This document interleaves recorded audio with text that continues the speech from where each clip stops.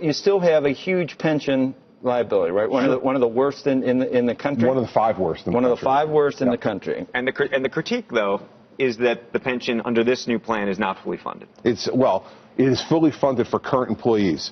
What I haven't been able to do, because we had a revenue problem this year, much worse than anybody, ourselves, the legislature, or even the rating agencies forecasted, was I will not be able to pay down the sins of my predecessors, who for nearly 20 years made almost no payments into the pension. Yeah, it's been the last 5, right. I believe. Yeah, and listen, I have made more payments. With the payment I made yesterday, we made nearly $700 million payment yesterday at the close of the fiscal year.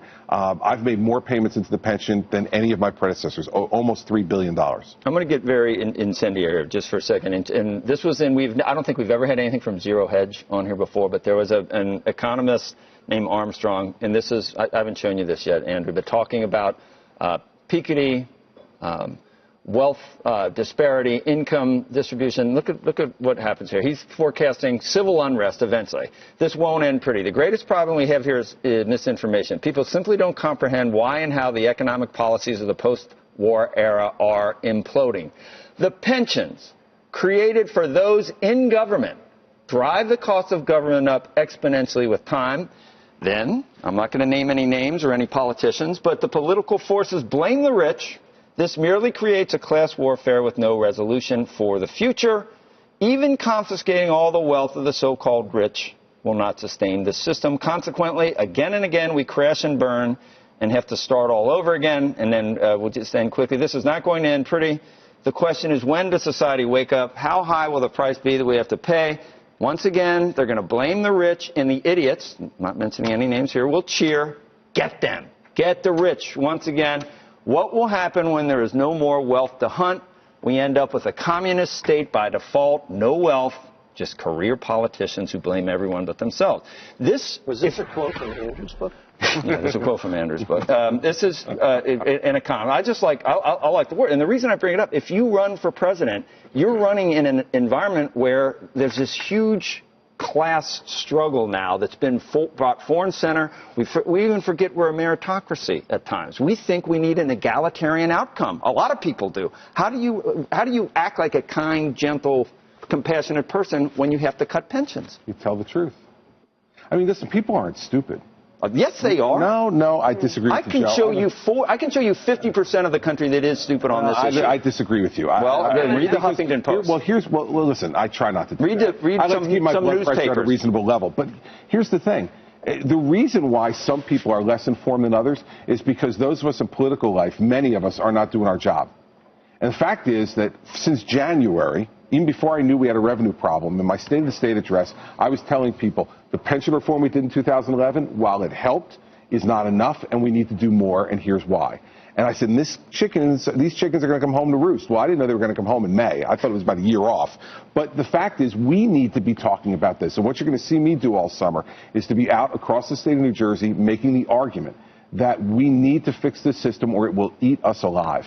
And that's what you need. You need to speak in stark, plain, understandable terms to people. And then I don't agree with you, Joe. They will get it and they will understand. And when they do, then they will empower us to take action. And I simply think that politicians in the main have been well, the media enables the other side. I know that you have put in enough funding for the current retirees, but if you're a 40-year-old who's working for the state right now, should you read into this that these promises that have been made will not be there when you're set to retire, we can't afford it? If we do nothing, Becky, they won't be there. What's the alternative? Listen, there are a number of alternatives. I'm going to lay some out this summer for additional, pension reform and health benefit reform. Think about this. Next fiscal year, for the first time in our history, the state of New Jersey will pay more money for retiree health premiums than we'll pay for active employees. We will cross that line now. It's unsustainable. And so what people who are in their 40s right now working for state government should be doing is urging the state legislature to work with me to be able to fix the system so there is a pension there for them. But look at Detroit. Look at what's happening at the municipal level. That is coming to the state level. What's the tipping point, and what does it look like? What are the numbers? You just mentioned that we're paying for more retirees than active people working. Right. On the health benefit side, we'll do that starting next year. Yeah. The fact is that the tipping point is coming. We don't have a liquidity problem at the moment. We're able to pay our bills in the pension. We've had extraordinary performance in our pension. I mean, this year, ending the fiscal year yesterday, our rate of return in the pension system was 15.5%.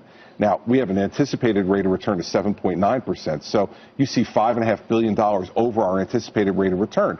Now, those are good markets now, and we have, excellent Bob Grady runs our pension system. He does a great job. But the fact is, that can't last forever either. 7.9% is even high. It is, but remember, Becky, when I came in, the anticipated rate of return was 8.5%. Right. And in the pension reform in 11, we said we need to be more honest. We moved it down to 7.9. And in the next round of reform, we have to move it down further to just come close to historical trends. But the fact is, what the 40-year-old state worker should be concerned about right now is getting reform, because if they just put their heads in the sand, then we will have a Detroit-like problem in New Jersey, in Illinois, in California, and lots of other states across this country. 40 states out of the 50 have an unsustainable pension problem as we sit here today. Governor, So does the federal government. on that point,